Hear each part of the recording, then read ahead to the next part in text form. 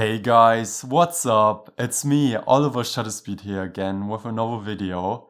And in today's video, I wanted to compare the Sony A7 II and the Sony A7 III.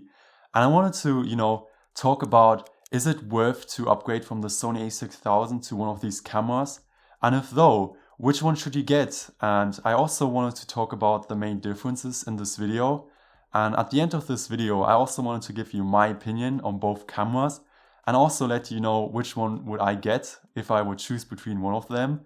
And yeah, I hope you enjoyed. And to begin this video, I would first say we talk about the specs and also talk about the main differences. So basically, both cameras are mirrorless and also full frame. So when you compare like the A7 III to the Sony A6000, so the Sony A6000 has a APS-C sensor and the Sony A7 II and Sony A7 III have a full frame sensor. But what are the main differences? I mean, both cameras look the same and, both cameras do photos and video. But when you think about it, and now I'm going to talk about the differences, the A7 II you can get already for around 900 euros and the Sony A7 III is around 1,800. But what makes it worth to pay like 1,000 euros more for the Sony A7 III? And the differences are basically that the Sony A7 III is way better when it comes to the autofocus because the Sony A7 III has 693 autofocus points and the A7 II, however, has 117. But honestly, I think both cameras have enough autofocus points to do great pictures. And if you're just into portrait photography or like photo shoots, I honestly believe the Sony A7 II is very good. I mean, 693 autofocus points are very good. But I currently use the Sony A6000 and I only have 179, and honestly, like 90% of my photos are still very sharp. So it's a bit overrated, but when you, for example, are into weddings or when you, for example, are into e-commerce photography, where you have very expensive gigs and where you really need to perform excellent and where the clients rely on you, honestly, I think the Sony A7 III is way better off. And the Sony A7 III also has 2 SD card slots. So for example, when you are into weddings, this is much better because imagine yourself shooting with the A7 II and unfortunately your SD card breaks. What do you do then? So the A7 III is way better off and also more reliable. And also what the A7 III is better at is that when you compare the A7 II with the A7 III, the A7 III can also shoot 4K and it has, for example, also a touchscreen.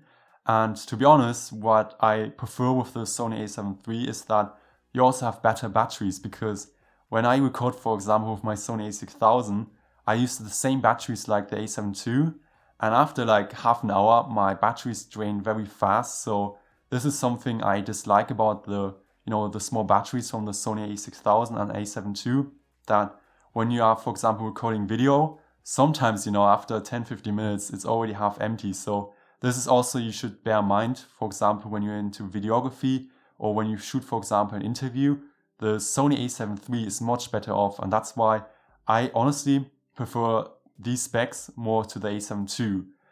But when you think about all these specs and when you compare the A7 II with the A7 III, I mean, both cameras are still very good. I don't want to blame the A7 II. I mean, the A7 II, 24 megapixels, 5 photos per second, that's actually still very good. I mean, some cameras today only shoot like 3 photos per second, But which one should you choose? And this is actually a question I always ask myself every day.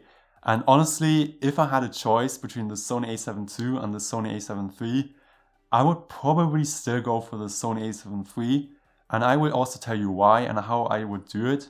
So basically, I'm not the richest person. I work 9 to 5. I work on minimum wage. So for me, buying a camera is something which is also a big event for me because I have to, pay a lot of money.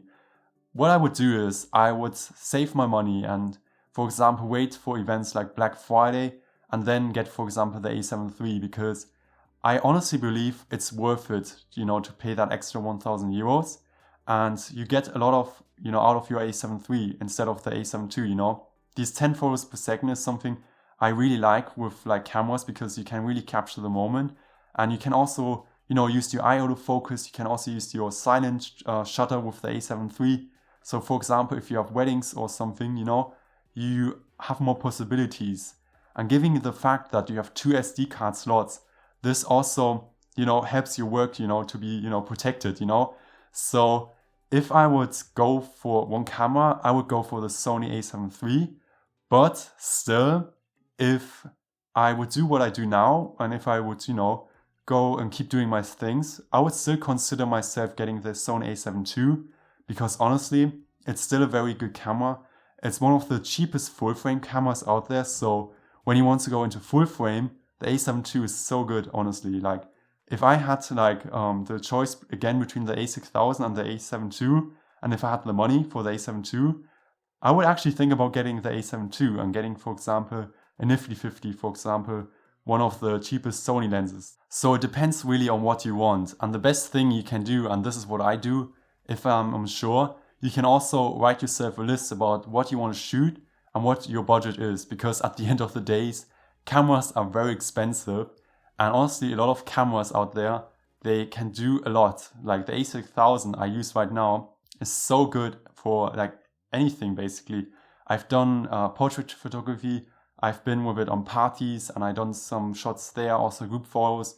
It worked, and I feel like a lot of people forget that photography is also something about improvement, that you improve yourself and not only rely on cameras. Because, you know, the industry, like I said in my previous videos before, they want us to always buy the latest camera equipment, and they want us, you know, to pay a lot of money, and also they give us the feeling that we always need to upgrade because there's maybe the fear of missing out, you know, FOMO. But honestly, I think the A6000 for me at the moment is very good, and I love it. I really love it so much because it does everything what I want, you know. It's good for portrait photography, for video, it's fine, it works. But 2,000 euros for a camera like the A7 III, just for the body, is still expensive. But if I had the money, I would definitely go for it. And yeah, what would you choose? Would you choose the A7 II or the A7 III? Or would you choose the A6000 or one of the APS-C cameras? Let me know in the comments down below. And if you want to see more from the A6000, you can also check out Michelle's video up here, where I did a photo shoot with her and the Sigma 30mm 1.4. And guys, thank you so much again for watching. Take care of yourself and see you next time. Bye.